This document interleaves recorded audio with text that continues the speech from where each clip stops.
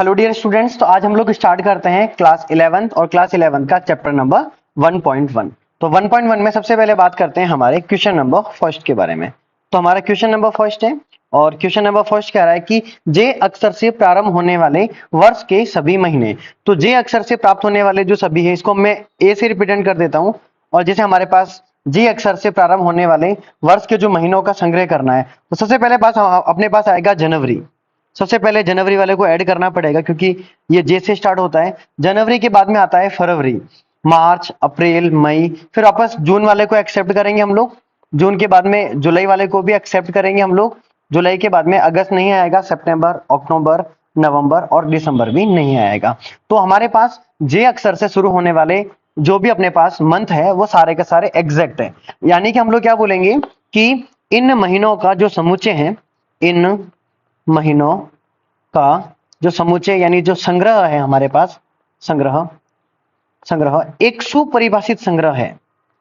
एक सुपरिभाषित, और हमारे पास जो भी हमारे पास समुच्चय होता है और यदि उसका संग्रह सुपरिभाषित संग्रह होता है तो वो हमारे पास समुच्चय होता है। तो इन महीनों का संग्रह एक सुपरिभाषित संग्रह है, अतः यह समुच्चय है। अतः यह समुच्चय है क्योंकि इसमें हम लोग जो भी मंथ काउंट कर रखे हैं हम लोगों ने वो सारे के सारे एग्जैक्ट है, फिक्स है। जनवरी है, उसके then after June, then after July है, तो ये सारे बिल्कुल फिक्स है। इनका जो भी संग्रह आ रहा है कंप्लीट तरीके से सुपरिभाषित आ रहा है, तो इसको हम लोग समुच्चय कहेंगे। फिर बात करते हैं इसके पार्ट नंबर सेकंड के बारे में।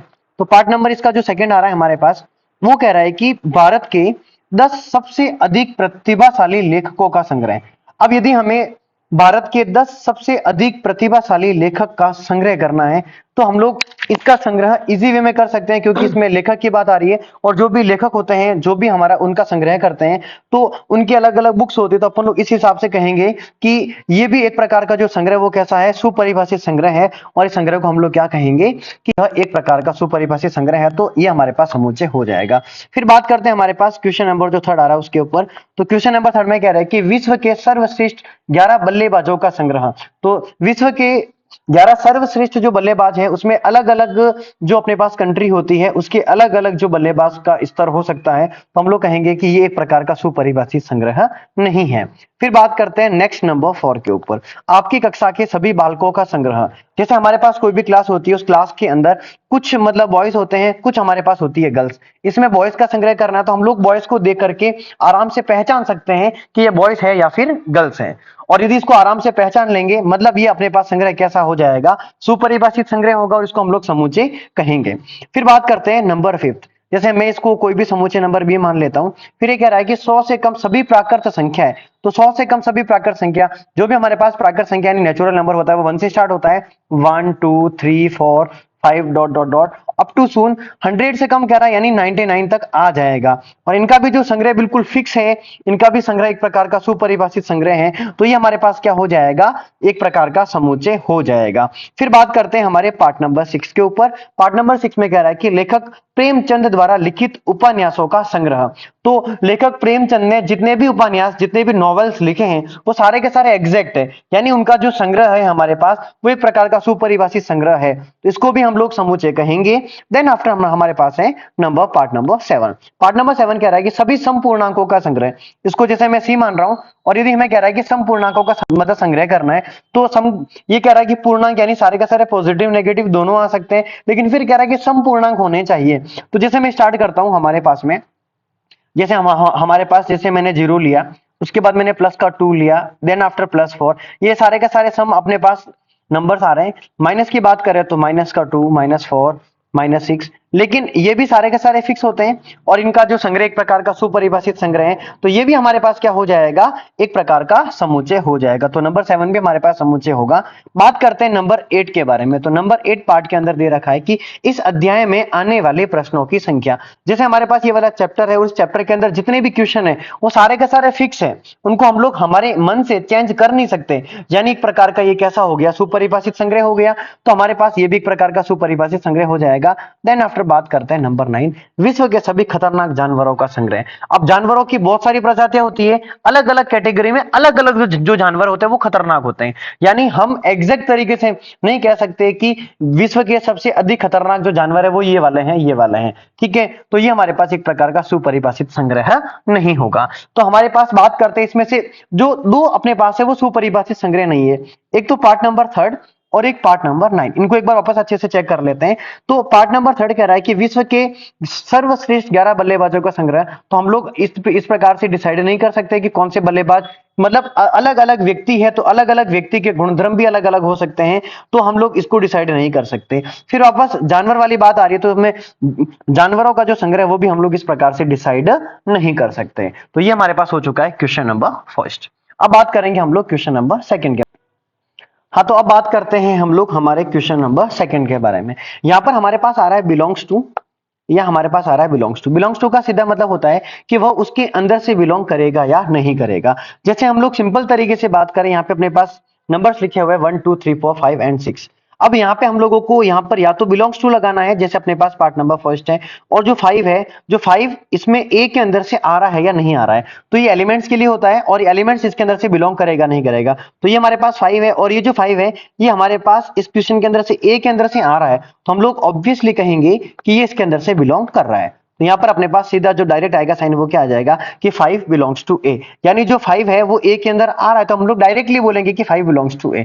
अब यहाँ आ गया 8, और 8 हमारे पास इस पूरे ए में है ही नहीं, और जब ए है ही नहीं तो ये कैसे बिलोंग करेगा भाई साहब? तो ये इसके अंदर से बिलोंग नहीं कर रहा है, तो क्या लिखेंगे? Not belong to. फिर बात आती है जीरो के बारे में। तो जीरो भी हमारे पास इसमें जो हमारे पास सेट दे रखा है सेट ए, उसके अंदर नहीं है, तो हम लोग क्या लिखेंगे यहाँ पर? नॉट बिलोंग्स टू लिखेंगे। देन आफ्टर हमारे पास बात करता है फॉर ए के अंदर बिलोंग कर रहा है, तो ऑब्वियस यहाँ पर बिलोंग्स टू आएगा। यहाँ पर जो टू है वो भी ए के अंदर से बिलोंग कर रहा है, तो ऑब्वियस बात है कि यहाँ पर भी मतलब बिलोंग्स टू आएगा। फिर बात करता है 10, तो ये इसके अंदर से नहीं आ रहा है, इसलिए हम लोग क्या लिखेंगे? Not belongs to. बहुत सिंपल क्वेश्चन था, बहुत इजी वे में समझ में आ गया होगा, राइट? तो हम लोग इसमें डायरेक्टली क्या बोलने वाले हैं कि जो भी एलिमेंट्स होते हैं, और यदि एलिमेंट्स इसके अंदर से यदि आता है तो वो होगा बिलोंग्स टू, और यदि नहीं आता है तो वो होगा इसके अंदर नॉट बिलोंग्स टू, राइट? तो चलो अब हम बात करते हैं नेक्स्ट क्वेश्चन नंबर 3 के बारे में। हेलो स्टूडेंट्स, तो अब हम लोग बात करने वाले हैं हमारे क्वेश्चन नंबर 3 के पार्ट नंबर फर्स्ट के बारे में। तो हमारा पार्ट नंबर फर्स्ट है कि हमें यहाँ पर पूर्णांक लिखने हैं, और जो पूर्णांक जो है हमारे पास वो -3 से 7 के बीच में आने चाहिए। ये रहा -3 और ये रहा हमारे पास में 7।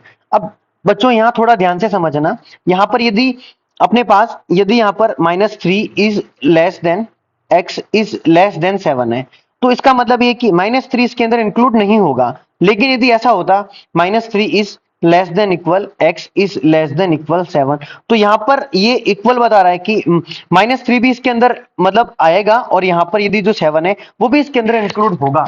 लेकिन हमारे पास यहाँ पर जो आ रहा है ना, यहाँ पर इक्वल वाला साइन नहीं आ रहा है, और जब नहीं आ रहा तो हम लोग -3 और 7 को भी इसके अंदर इंक्लूड नहीं करेंगे। तो चलो स्टार्ट करते हैं। बात कर रहा है रोस्टर रूप के बारे में। तो रोस्टर रूप के अंदर क्या होता है, उसको हमेशा मंझला कोष्ठक में लिखा जाता है, और एक जो अंक होता है उसको सिर्फ एक बार ही लिखा जाता है, उसको 2 बार नहीं लिखा जाएगा। तो ये हमारे पास होता है रोस्टर रूप।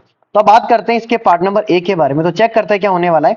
x सच दैट x इस प्रकार है कि एक पूर्णांक है, इसकी वैल्यू -3 से 7 के बीच में आनी चाहिए। तो हमारे पास की वैल्यू आएगी -2 -1 0 1 आ जाएगा, 2 3 4 5 और 6। 7 इसके अंदर नहीं आएगा, क्योंकि इक्वल वाला साइन होता तभी 7 आता।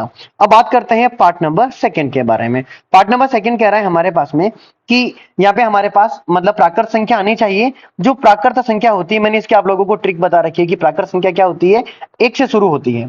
अब ये बोल रहा है 6 से कम। 6 से कम का मतलब है कि 6 उसके अंदर नहीं आएगा, 6 से कम वाले ही आएंगे। तो हमारे पास यहाँ पर कौन कौन से आ जाएंगे चेक करना। यानी स्टार्ट तो 1 से करना है, 1 2 3 4 एंड 5। इसके अंदर 6 नहीं आएगा, क्योंकि ये बोल रहा है 6 से कम। जब 6 से कम है तो उसके अंदर 6 को इंक्लूड नहीं करना है, राइट? फिर आगे बढ़ते हैं हमारे पास और बात करते हैं हमारे पार्ट नंबर सी के बारे में। तो पार्ट नंबर सी क्या बोल रहा है, 2 अंकों की ऐसी प्राकृत संख्या लेनी है जिनके अंकों का योग 8 होना चाहिए। अब 2 अंकों की संख्या होनी चाहिए, उसमें 2 डिजिट होनी चाहिए, और अंकों का योग इसमें 8 होना चाहिए। तो जैसे बात करते हैं हम लोग सबसे छोटी संख्या जैसे काम करते हैं, हम लोग 10 के बाद जैसे अपन लोग क्या करते हैं 1 इंक्लूड करते हैं, 1 के बाद हम लोग क्या करते हैं इसके अंदर कुछ ऐसी संख्या ऐड करते हैं जैसे हम लोगों ने 1 लिया, 1 में मैं क्या ऐड करूं कि 8 हो जाएगा। जल्दी बताओ आप लोग, है ना, जो भी बच्चे वो प्लीज आप लोग कमेंट बॉक्स के अंदर बताएंगे 1 में क्या ऐड करेंगे कि वो 8 हो जाएगा। यस बच्चों, तो अपने पास कितना ऐड करना पड़ेगा 7, तो यहां पर अपने पास हो चुका है 17। फिर बात करते हैं इसके आगे, यदि हम लोग यहां पर अगली जो डिजिट है ना, यदि वो ले हम लोग और अगली डिजिट हम लोग क्या करते हैं 2 लेते हैं। 2 में क्या ऐड करेंगे कि उसका जो सम है वो 8 हो जाएगा, उसका योग 8 के बराबर हो जाएगा, तो यहाँ अपने पास 2 6 हो जाएगा। देन आफ्टर बात करते हैं अगली डिजिट क्या आने वाली है, तो बात करते हैं हम लोग कौन सी वाली आने वाली है, चेक करना प्लीज। अपने पास 2 डिजिट आने वाली है 3, और 3 के बाद में हम लोग बेटा कितना लिखेंगे फटाफट बता दो, मतलब जो 5 लिखा जाएगा। फिर यदि 4 है तो क्या लिखा जाएगा, ऑब्वियस बात है 4 लिखा जाएगा। यदि मतलब देखेंगे 5 तो हमारे पास 3 आ जाएगा, 6 है तो हमारे पास तो कितना आ जाएगा 2 आ जाएगा, और यदि 7 है तो हमारे पास कितना आ जाएगा 1 आ जाएगा। ये सारी वो डिजिट है जिनका यदि योग करें तो उसके योग की वैल्यू कितनी आ रही है हमारे पास में 8 आ रही है। फिर बात करते हैं हमारे पार्ट नंबर 4 के बारे में, जो हमारे पास पार्ट नंबर डी है। डी की बात करें तो क्या होने वाला है बच्चों, चेक करना आराम से अच्छे से। ये बोल रहा है कि एक ऐसी अभाज्य संख्या जो 60 की भाजक हो, संख्या अभाज्य होनी चाहिए जिसका और किसी संख्या के अंदर भाग नहीं जाना चाहिए, और वो 60 की भाजक होनी चाहिए, राइट ना। एक x सच दैट x एक अभाज्य संख्या है जो संख्या 60 की भाजक है। अब 60 की भाजक है मतलब 60 के अंदर उसका क्या जाना चाहिए, मतलब 60 में यदि भाग दे तो भाग चला जाना चाहिए। तो बात करते हैं अपने पास, जैसे 2 आ गया, 2 अपने पास बेटा भाज्य संख्या होती है, लेकिन यदि हम लोग इसका 60 में यदि भाग देते तो पूरा पूरा भाग जाता है, ऑब्वियस बात है, राइट। इसके बाद 3 जो है 3 भी 60 से पूरी तरीके से कट जाता है, और 3 हमारे पास क्या होती है अभाज्य संख्या होती है। इसके बाद में 4 इंक्लूड नहीं होगा, 5 6 भी नहीं होगा, राइट। क्योंकि जो 6 होता है वो हमारे पास में भाज्य संख्या होती है, 6 के टुकड़े करते हैं तो 6 के टुकड़े हमारे पास क्या क्या हो जाते हैं बेटा 3 और 2 हो जाते हैं। फिर बात करते हैं इसके आगे वाली बात, तो इसके बाद हम लोग बात करते हैं 7 8 9 10, इसके बाद 11 आता है, इसके बाद अपने पास मतलब 13 आता है, वो भी इंक्लूड नहीं होगा। 13 के बाद में हमारे पास 17 आएगा, वो भी इंक्लूड नहीं होगा। 31 भी इंक्लूड नहीं होगा। तो हमारे पास यहाँ पर सिर्फ क्या आने वाला है 2 और 3 आने वाला है। जो हमारे पास 2 और 3 कैसी होती है अभाज्य संख्या होती है, लेकिन वो 60 की कैसी होती है भाजक होती है। फिर आगे बात करते हैं हम लोग नंबर 5 के ऊपर। नंबर 5 हमारे पास कह रहा है ट्रिगोनोमेट्री। अब जब भी आपके पास यदि आपको कोई भी नंबर दे रखे हैं और यदि आपको उसका यदि सेट बनाना है तो सेट में ये ध्यान रखना है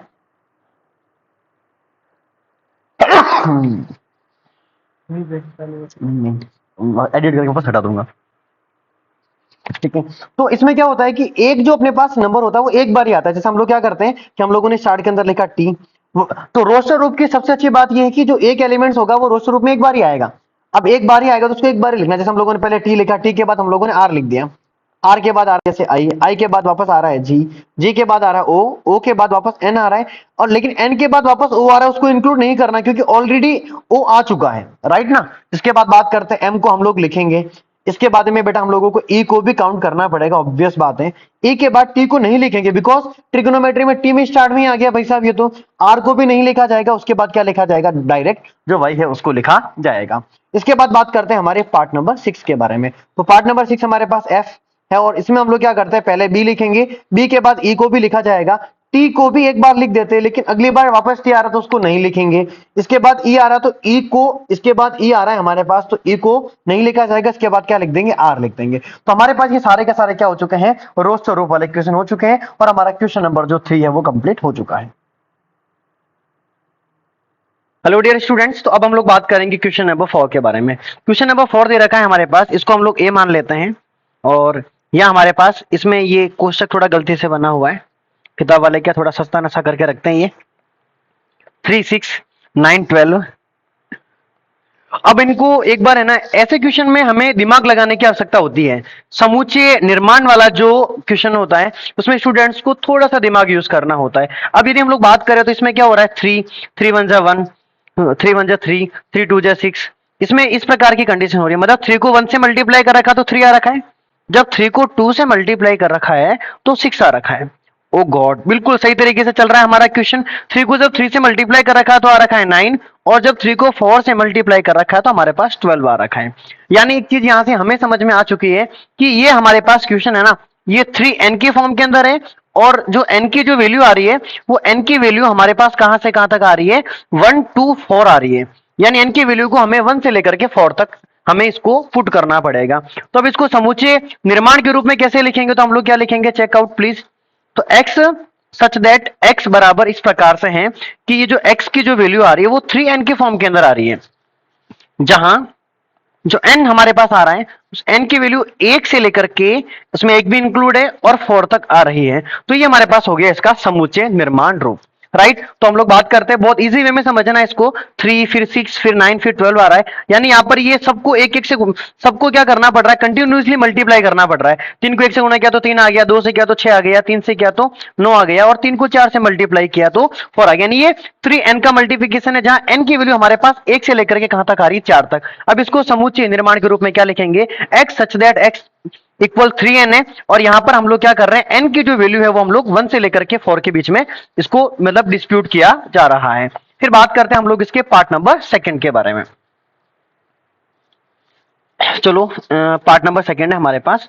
एक बार हम लोग पार्ट नंबर सेकंड वाला क्वेश्चन चेकआउट कर लेते हैं। इसको हम लोग बी मान लेते हैं, और बी की वैल्यू आ रही है हमारे पास 2 4 8 16 एंड 35। 2 4 देन आफ्टर आ रखा है हमारे पास 8 16 32, और भी कुछ आ रखा है क्या, राइट 32। अब इसको एक बार चेक करते हैं कि ये इसकी जो क्वेश्चन की फॉर्मेशन है सच में फॉर्मेशन है कौन सी वाली है। तो इसकी फॉर्मेशन को चेक करते हैं तो हम लोग ये पाते हैं कि 2 के ऊपर पावर आ रखी है 1, तो 2 आ रखा है।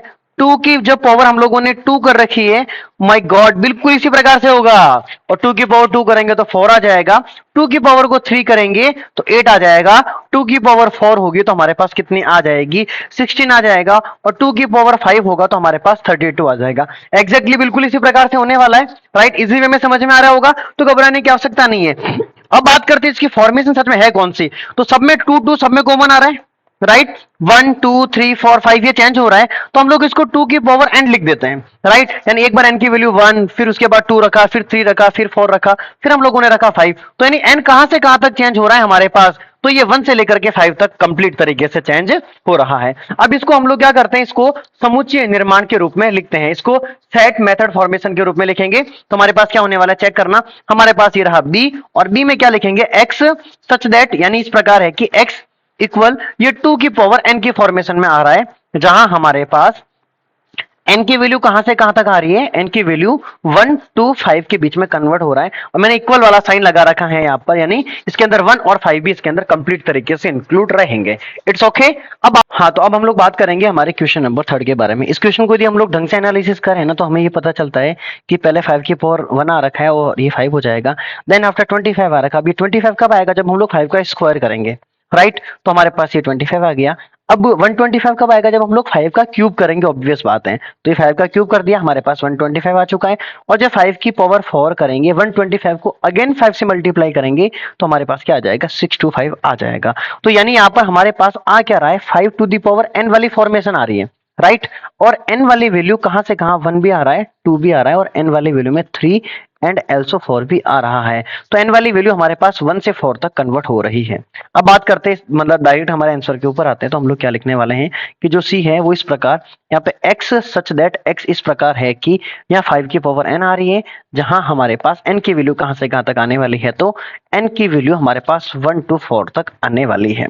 तो ये हमारे पास कौन सा वाला क्वेश्चन हो चुका है, पार्ट नंबर 3। अब बात करते हैं इसके पार्ट नंबर 4 के बारे में। तो पार्ट नंबर 4 में क्या होने वाला है, चेकआउट प्लीज। तो यहां हमारे पास यदि चेक करें, तो यहां हमारे पास पहले आ रखा है 2, 2 को 1 से मल्टीप्लाई कर रखा, 2 आ रखा है, और फिर 4 और 6 आ रहा है। यानी ऑब्वियस बात है कि पहले इसको 2 से मल्टीप्लाई करेंगे, फिर इसको किससे मल्टीप्लाई कर रखा है, थर्ड मतलब जो 3 है उससे, तो ये 4 हो गया, 6 हो गया। अब आगे ये डॉट डॉट, अब अप टू सुन कह रहा है, तो इसका सीधा सा मतलब हमारे पास ये है कि यह 4 से भी मल्टीप्लाई होगा तो 8 आएगा, यह 5 से भी मल्टीप्लाई होगा और ये 10 आएगा, और ये अप टू सुन आगे तक चलता हुआ जाएगा। यानी हमारे पास यहाँ पर कंप्लीट तरीके से चेक करें तो क्या होने वाला है, ये 2 तो सब में कॉमन आ रहा है कंप्लीट तरीके से, और ये मल्टीप्लाई में 1 2 3 4 5 dot dot dot dot dot ही वैल्यू आगे n तक जाने वाली है। यानी हमारे पास जो संख्या 1 से शुरू होती है और वो संख्या अनंत तक चलती है, वो संख्या हमारे पास कहलाती है प्राकृत संख्या। क्या कहलाती है, हमारे पास प्राकृत संख्या कहलाती है। तो इस क्वेश्चन के आंसर की बात करें तो आंसर में क्या लिखेंगे हम लोग कि डी यहाँ पर हमारे पास है, और x सच दैट x इस प्रकार है कि यह 2 का मल्टीप्लाई है, जहां n हमारे पास क्या हो जाएगी, n एक प्राकृत संख्या यानी नेचुरल नंबर हो जाएगा। n एक प्राकृत संख्या है, n एक प्राकृत संख्या है। आप लोग चाहो तो इसको इस प्रकार से भी लिख सकते हो कि यहाँ n की जो वैल्यू आ रही है वो 1 से लेकर के इंफिनिटी तक आ रही है, और जो संख्या 1 से स्टार्ट होकर के अनंत तक चलती है वो संख्या हमारे पास क्या कहलाती है? प्राकृत संख्या कहलाती है। राइट, बहुत इजी वे में समझ में आ रहा होगा। तो अब हम लोग बात करते हैं हमारे नेक्स्ट क्वेश्चन नंबर 5 के बारे में। हाँ, अब इस क्वेश्चन की खास बात समझना क्या है, इस क्वेश्चन में पहले आ रखा है 1, बाद में 4 आ रखा है, बाद में आ रखा है 9, फिर आ रखा है 10। तो हमें अपना दिमाग चलाना कि ऑब्वियस 4 आ रहा है 9, यानी स्क्वायर वाली फॉर्म है। ये फॉर्म कौन सी वाली है? स्क्वायर वाली फॉर्म है, यानी इसमें सबका क्या कर रखा है? स्क्वायर कर रखा है। यानी पहले 1 का स्क्वायर कर रखा है तो हमारे पास कितना आ गया? 1 आ गया। फिर 2 का स्क्वायर किया तो 2 का स्क्वायर किया तो 4 आ गया, और यस अपने पास 4 आ रहा है। फिर इसने 3 का स्क्वायर कर रखा है तो 3 का स्क्वायर करेंगे तो ऑब्वियस बात है 9 आने वाला है। फिर 4 का भी स्क्वायर करेंगे तो 16 आ जाएगा, और इसने एंड में जाकर के यदि 100 है, यानी ये 10 का स्क्वायर आ रहा है। किसका स्क्वायर आ रहा है? 10 का, और 10 का स्क्वायर करेंगे तो कितना हो जाएगा? 100 हो जाएगा। तो यानी पूरी ये स्क्वायर वाली फॉर्म है जिसमें यहाँ पर 1 2 3 4 5 ये 10 तक चेंज हो रहा है, यानी n हमारे पास चेंजेबल है, n की वैल्यू चेंज हो रही है। ऊपर सब में स्क्वायर वाली फॉर्म आ रही है, यानी ये चेंज नहीं हो रहा है। और ये जो n जो चेंज हो रहा है वो कहां से कहां तक? ये 1 to 10 तक की फॉर्म में क्या हो रहा है? चेंज हो रहा है। तो अब बात करते हैं आंसर में क्या लिखा जाएगा। तो आंसर में लिखेंगे E बराबर x सच दैट x इस प्रकार है कि जो x वाली फॉर्मेशन है वो n की पावर 2 है, n की स्क्वायर वाली फॉर्म है। जहां अब हमारे पास n को क्या लिखा जाएगा? जहां n की जो वैल्यू आ रही है हमारे पास 1 to 10 आ रही है। तो हम लोगों ने ये कंप्लीट 5 के 5 क्वेश्चन सॉल्व कर दिए। एक बार इसको वापस रीबैक करवा रहा हूं, चेकआउट प्लीज। तो हमारे पास सबसे पहले हम लोगों ने पार्ट नंबर फर्स्ट स्टार्ट किया था, ये पूरा 3 का मल्टीपल था। ठीक है, 3 दूनी 6, 3 तारी 9, 3 चौक 12, और ये इसकी जो अपने पास जैसे 3 को 1 से गुणा किया, 3 को 2 से गुणा किया, 3 को 3 से गुणा किया तो 9 आया, 3 को 4 से गुणा किया तो हमारे पास 12 आ गया। ये अपने पास 3n की फॉर्मेशन आ रही है। यदि ये 3n की फॉर्मेशन आ रही है तो फिर हम लोग आगे बात करेंगे कि ये हमारे पास n की वैल्यू कहां से कहां तक चेंज हो रही है। तो 1 से लेकर के 4 तक चेंज हो रही है। तो x सच दैट x बराबर 3n आ रहा है, जहां n की वैल्यू हमारे पास 1 से लेकर के कहां तक आ रही है? 4 तक आ रही है। फिर बात करते हैं इसके पार्ट नंबर सेकंड के बारे में। तो ये 2 4 8, यानी 2 का स्क्वायर किया तो 4 आया। फिर आप लोगों ने 2 का क्यूब किया तो 8 आया, 2 की घात 4 की तो अपने पास 16 आया, 2 की घात 5 की तो अपने पास 32 आ गया। तो ये वाली फॉर्मेशन आ रही है। 2 की पावर 1 2 आ गया, 2 की स्क्वायर 2 4 आ गया। फिर हमारे पास 2 का क्यूब 8 आ गया, 2 की पावर 4 16 आ गया, 2 की पावर 5 32 आ गया। यानी 2 तो हमारे पास चेंज नहीं हो रहा, लेकिन n चेंज हो रहा है। अब n कहां से कहां तक चेंज हो रहा है? तो 1 2 3 4 5 तक चेंज हो रहा है। तो ये अपने पास क्या हो गया? 1 2 5 n की वैल्यू हो चुकी है। तो x सच दैट x इस प्रकार है कि 2 चेंज नहीं हो रहा तो 2 लिखा, और n अपने पास चेंज हो रहा तो हम लोगों ने n लिख दिया। अब n कहां से कहां तक चेंज हो रहा है? तो 1 से लेकर के 5 तक चेंज हो रहा है, और 1 और 5 भी इसके अंदर पार्टिसिपेट कर रहा है। अब बात करते हैं आगे पार्ट नंबर 3 के बारे में। तो ये 5 5 का स्क्वायर 25, फिर हम लोगों ने क्यूब किया तो 125 आ गया, और इसकी घात 4 की तो 625 आ चुका। तो मतलब 5 की पावर 5 हो गया अपने पास 5, इसका मतलब 5 का स्क्वायर करेंगे 25 हो जाएगा, 5 का क्यूब करेंगे 125 हो जाएगा, 5 की पावर मतलब 4 करेंगे तो 625 हो जाएगा। तो यानी इसकी इसकी जो फॉर्मेशन आ रही है वो फॉर्मेशन 5 की पावर n आ रही है। n की वैल्यू 1 2 3 4 तक चेंज हो रही है, इसीलिए हम लोगों ने क्या लिखा? एस सच दैट x, ये अपने पास मतलब 5 की पावर n, और n की जो वैल्यू है वो कहां से कहां तक चेंज हो रही है? तो 1 to 4, 1 is greater than is less than equal n is less than equal 4 तक आ रही है। फिर बात करते हैं पार्ट नंबर 4 के बारे में। तो पार्ट नंबर 4 में क्या हो रहा है? 2 4 6, यानी ये हमारे पास ओड नंबर आ रहे हैं, हमारे पास सॉरी ये हमारे पास इवन नंबर आ रहे हैं। इवन नंबर यानी हमारे पास सम संख्या आ रही है, और इसमें अपने पास क्या? 2 एकम 2, 2 दूनी 4, 2 तिया 6, 2 चौक 8, 2 पंजे 10, डॉट डॉट अप टू शून्य तक वैल्यू आ रही है। यानी यहाँ पर हमारे पास इसकी 2n की फॉर्मेशन बन रही है, और n जो हमारे पास 1 2 3 4 5 dot dot dot infinity n तक आ जाएगा, राइट ना। तो अपने पास जो संख्या 1 से शुरू होती है और वो अनंत तक चलती है वो संख्या हमारे पास कहलाती है प्राकृत संख्या। तो x सच दैट ऐसी इस प्रकार से है कि x बराबर 2n होगा, जहां n एक प्राकृत संख्या हो जाएगी। फिर बात करते हैं पार्ट नंबर 5 के बारे में। तो यहाँ 1 4 9 और 100 आ रहा है, तो 1 का स्क्वायर 1 होता है। डायरेक्ट क्वेश्चन को देखते ही आप लोगों को फॉर्मेशन के बारे में पता चलना चाहिए। 2 का स्क्वायर 4 होता है, 3 का स्क्वायर होता है 9, और 4 का स्क्वायर 16 होता है। 10 का स्क्वायर कितना हो जाएगा? 100 हो जाएगा। तो 1 का स्क्वायर 1 हो गया, 2 का स्क्वायर 4 हो गया, 3 का स्क्वायर हो गया 9, 4 का स्क्वायर हो गया और मतलब 10 का स्क्वायर कितना हो जाएगा 100 हो जाएगा। तो 1 2 3 4 5 ये तो हो रहा है चेंज, इसलिए इसको हम लोगों ने n लिख दिया, कंप्लीट 100 कर रखा है n लिख दिया, और सबका स्कोर हो रहा है तो यहाँ पर स्कोर आ जाएगा, और n की वैल्यू हमारे पास अपने पास 1 से 10 तक कन्वर्ट हो रही है। तो x सच दैट इस प्रकार है कि x की वैल्यू अपने पास क्या आ रही है, n के स्क्वायर के बराबर आ रही है, और n की वैल्यू हमारे पास 1 से लेकर के 10 तक क्या हो रही है, कन्वर्ट हो रही है। तो ये हमारे पास हो चुका है हमारा अगला क्वेश्चन। हेलो स्टूडेंट्स, तो अब हम लोग बात करने वाले हैं हमारे नेक्स्ट क्वेश्चन नंबर 5 के बारे में। इसमें हमारे पास ये इसको रोस्टर फॉर्म में लिखना है। रोस्टर फॉर्म का सबसे शानदार तरीका ये होता है कि एक एलिमेंट्स को सिर्फ एक बार ही लिखना होता है। यदि कोई भी एलिमेंट्स 2 या 3 बार आ रहा है तो उसको इंक्लूड नहीं करना है। अब ये बोल रहा है कि इसका पार्ट नंबर फर्स्ट की विषम प्राकृत संख्या है। अब प्राकृत संख्या स्टार्ट कहां से होती है, 1 से। 1 2 3 4 5 6 डॉट डॉट डॉट, ये सारी प्राकृत संख्या होती है। लेकिन इसके अंदर इसने कंडीशन और अप्लाई कर दी कि विषम संख्या ही होनी चाहिए, यानी सम वाले को इंक्लूड नहीं करेंगे। राइट, तो बात करते हैं हमारे क्वेश्चन के ऊपर। तो अपने पास क्या लिखने वाले हैं, इसमें विषम प्राकृत संख्या कौन कौन सी होगी। तो अपने पास 1 हो जाएगा, 3 हो जाएगा, 5 हो जाएगा, 7 हो जाएगा, 9 हो जाएगा, और dot dot dot up to शून्य तक ये चलता रहेगा। राइट, तो अपने पास इसका पार्ट नंबर फर्स्ट हो चुका है। अब बात करते हैं हमारे पार्ट नंबर सेकंड के बारे में। पार्ट नंबर सेकंड में ये कह रहा है कि -1/2 से 9/2 तक आपको संख्या लिखनी है। तो एक बार इसको एक बार थोड़ा ढंग से समझ लेते हैं। -1/2 है वैल्यू, और यहाँ पर हमारे पास 9/2 है। -1/2 को सॉल्व करते हैं, हमारे पास 0.5 आता है माइनस का। फिर हमारे पास x है, 9/2 को सॉल्व करेंगे तो हमारे पास कितना आने वाला है, तो इसकी वैल्यू आएगी 4.5। अब इसके बीच में जितने भी हमारे पास पूर्णांक आ रहे हैं, जितने भी हमारे पास इंटीजर्स आ रहे हैं, उनको हम लोगों को नोट डाउन करना है। हाँ बच्चों, तो अब हम लोग क्या करते हैं, संख्या रेखा बनाते हैं। संख्या रेखा में बीच में कौन आता है, 0 आता है। राइट, और यहाँ हमारे पास क्या चलेगा, -1, -2, -3, 1 2 3 4 कंप्लीट तरीके से चलते रहेंगे। अब यहाँ पर हमारे पास आ रहा है -0.5, तो -0.5 का आने वाला है हमारे पास, यहाँ बीच में आने वाला है -0.5। राइट, क्योंकि आगे जाएगा -1 हो जाएगा। अब हम लोगों को क्या करना है, -0.5 से लेकर के आगे ये कह रहा है कि 4.5 तक, ये बीच में आ गया 5, तो 4.5 के बीच बीच के इंटीजर्स लेने हैं। तो बीच बीच के हमारे पास कौन कौन से आ गए, यहां से लेकर के यहां तक वाले सारे आ जाएंगे। राइट, तो अपने पास अब आंसर क्या आने वाला है, चेकआउट प्लीज। तो अपने पास इसमें 0 आ जाएगा, 1 आ जाएगा, 2 आ जाएगा, 3 आ जाएगा, और 4 आ जाएगा। बहुत सिंपल है, बहुत इजी वे में कर सकते हैं, कोई दिक्कत वाली बात नहीं है। राइट, एक बार ये पुराना वाला मैं सारा साफ कर लेता हूं, ताकि हमारे आगे वाले क्वेश्चन सॉल्व करने में हमें थोड़ी आसानी रहे। अब बात करते हैं नेक्स्ट हमारे क्वेश्चन, और हमारे पास नेक्स्ट है क्वेश्चन नंबर 3। इसमें हमारे पास दे रखा है सी, और इसमें हमारे पास देखो, इसको सॉल्व करने का मैं सीधा तरीका बता रहा हूं। एक्स स्क्वायर की वैल्यू आ रही 4, और 4 से अपने पास छोटी आनी चाहिए। तो इसको यदि अपन सॉल्व करें तो क्या आने वाला है कि एक्स स्क्वायर की जो वैल्यू होगी वो अपने पास क्या आने वाली है कि अपने पास जैसे ही x आएगा तो कंप्लीट इसके अंदर हम लोग यदि x की वैल्यू निकालेंगे तो x की वैल्यू हमारे पास कितनी आ जाएगी, +-2 आ जाएगी। और यदि हम लोग इसके साइन वाली बात करें कि इसमें साइन वगैरह यूज हमें कैसे करना है, तो यहाँ पर x की जो वैल्यू होगी वो क्या आने वाली है हमारे पास, -2 से लेकर के कहां तक आने वाली है, +2 तक आने वाली है। क्योंकि हमारे पास जैसे एक बार हम लोग प्लस लगाएंगे, एक बार हम लोग लगाएंगे माइनस, तो प्लस माइनस में क्या होता है, इनके साइन वगैरह भी कंप्लीट तरीके से चेंज हो जाते हैं। एक बार मैं इसको आप लोगों को अच्छे तरीके से समझा लेता हूं।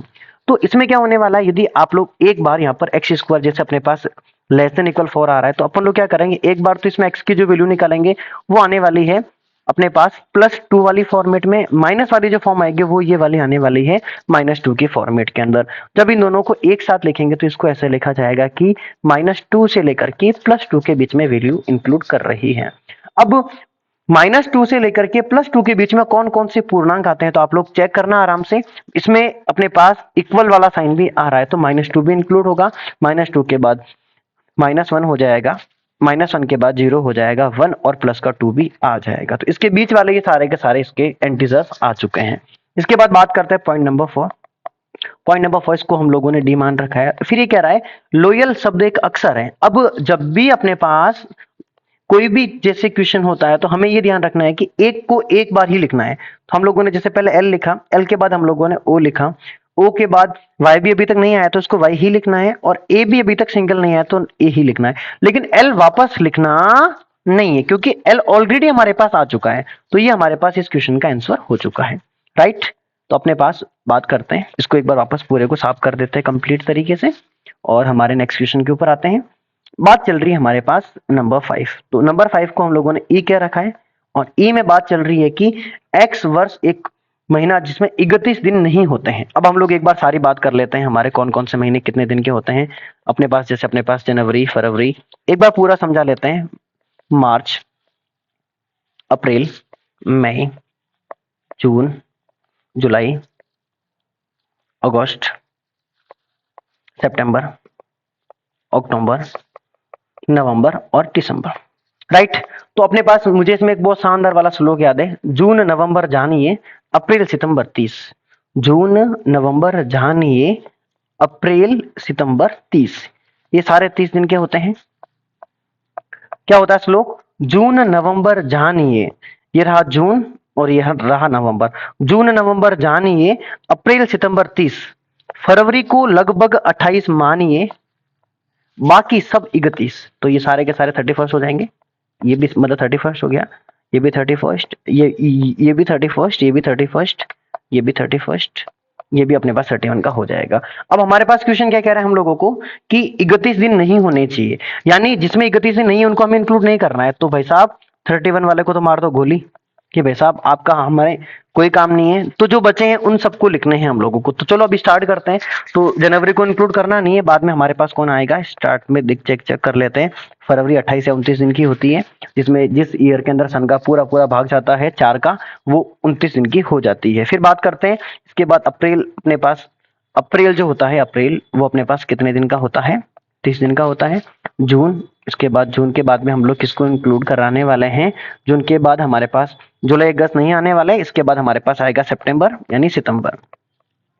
सितंबर के अंदर टोटल अपने पास 30 दिन होते हैं। नवंबर, वापस अक्टूबर को ऐड नहीं करना है, नवंबर को ऐड करना है। ये अपने पास नवंबर कितने दिन का हो जाएगा, 30 डे का हो जाएगा। और इसके बाद हमें दिसंबर को इंक्लूड नहीं करना है। बात करते हैं पार्ट नंबर 6 के बारे में। अपने पास ये एफ पार्ट है, राइट ना, ओके। यदि आप लोगों को ये श्लोक याद करना है बहुत शानदार वाला, तो आप लोग प्लीज मुझे एक बार कमेंट बॉक्स में बता देना। मैं आप लोगों को इसका एक बहुत ट्रिक वाला शानदार वाला वीडियो आप लोगों को प्रोवाइड करवा दूंगा। It's okay. मैं एक बार फिर भी बोल रहा हूं, ध्यान से सुनना। जून नवंबर जानिए, अप्रैल सितंबर 30, फरवरी 28 मानिए, बाकी सब 31। चलो आगे बढ़ते हैं। एक्स वर्णमाला का व्यंजक है जो के से पहले आता है। एक्स अंग्रेजी वर्णमाला का एक व्यंजन है। व्यंजन का मतलब इसमें स्वर को इंक्लूड नहीं करना है, यानी ए, ई, आई और ओ और यू को इंक्लूड नहीं करना है, सिर्फ व्यंजन को ही इंक्लूड करना है। तो चलो स्टार्ट करते हैं। अपने पास ए को नहीं लेंगे, इसके बाद कौन आएगा, बी, बी के बाद सी, सी के बाद डी, डी के बाद ई तो वैसे ही नहीं लेना है, ई के बाद आई, जे, और जे के बाद हमें के तो लेना ही नहीं है, राइट ना। तो ए अपने पास क्या हो चुका है, बी, सी, डी, आई और जे हमारे पास आंसर आ चुका है। तो ये हमारे पास क्वेश्चन हो चुका है, क्वेश्चन नंबर 5। बहुत इजी वे में समझ में आ गया होगा आप लोगों को, कोई दिक्कत वाली बात नहीं, बहुत इजी क्वेश्चन है। फिर बात करते हैं हमारे नेक्स्ट क्वेश्चन नंबर 6 के बारे में। तो इसको आराम से समझना, इसको हम लोगों को क्या करना है, मिलान करना है। तो ये तीसरा वाला तो वैसे भी डी वाले से सीधा ही मिल रहा है, क्योंकि एम वाले तो कोई क्वेश्चन वैसे ही नहीं दिख रहे हम लोगों को। तो हम लोगों को पास यदि मिलान चिन्ह की बात आएगी तो हमारे पास थर्ड वाले के अंदर कौन मैच हो रहा है, तो कौन सा वाला मैच हो रहा है, डी वाला हो रहा है। फिर बात करते हैं आगे वाले क्वेश्चंस के बारे में। तो आप लोग चेक करना 1 3 5 7 9 ये हमारे पास कौन आ रहे हैं, ये हमारे पास विषम संख्या आ रही है और वो 10 से कम वाली है। तो 10 से कम विषम संख्याओं के अंदर कौन कौन आ जाएगा, इसका कलर चेंज कर लेता हूं मैं। तो इसके अंदर अपने पास पार्ट नंबर बी वाला आ जाएगा, 10 से कम अपने पास संख्या है। तो आप लोग चेक करना अपने पास फोर्थ वाला जो पार्ट है, उस फोर्थ वाले के अंदर कौन सा ऑप्शन आ रहा है, तो ऑप्शन नंबर बी आ रहा है। फिर आगे वाली बात करते हैं, एक प्राकृत संख्या है जो 6 की भाजक है, जिसमें 6 का पूरा पूरा भाग जाता है। तो 6 का पूरा पूरा भाग किस में जाता है, आराम से चेक करना, प्राकृत संख्या होनी चाहिए, ठीक है। तो अपने पास ये अपने पास आ गई प्राकृत संख्या। और इस प्राकृत संख्या की बात करें तो 1 2 3 और 6 है, और इनमें सब में क्या होता है, 6 का पूरा पूरा भाग जाता है, यानी फर्स्ट वाले के अंदर पार्ट नंबर सी आ जाएगा। और सेकंड वाला बचा है वो अपने पास ऑलरेडी अपने पास क्या हो जाएगा, किसके बराबर हो जाएगा, तो 2 वाला फर्स्ट के बराबर। फिर भी एक बार अपन लोग चेक कर देंगे, ऐसे ही अपने मन से आंसर करने नहीं होते हैं, राइट। एक अभाज्य संख्या है, अभाज्य संख्या जिसके अंदर किसी का भाग नहीं जाता है, जो 6 की भाजक है। ऑब्वियसली जो 2 होता है और 3 होता है, दोनों के दोनों अभाज्य संख्या होती है, लेकिन उसमें 6 का पूरा पूरा भाग जाता है। जैसे मतलब 6 में यदि भाग देंगे 2 का तो भी जाएगा, 6 में 3 का भाग देंगे तो भी पूरा पूरा जाएगा। तो अपने पास 1.1 एक्सरसाइज कंप्लीट हो चुकी है। यदि आप लोगों को हमारे मैथ्स की क्लास अच्छी लगी है तो प्लीज आप लोग कमेंट्स करें, इस चैनल को सब्सक्राइब करें, इस वीडियो को अपने दोस्तों के साथ में अधिक से अधिक शेयर करें। Thank you so much, God bless you.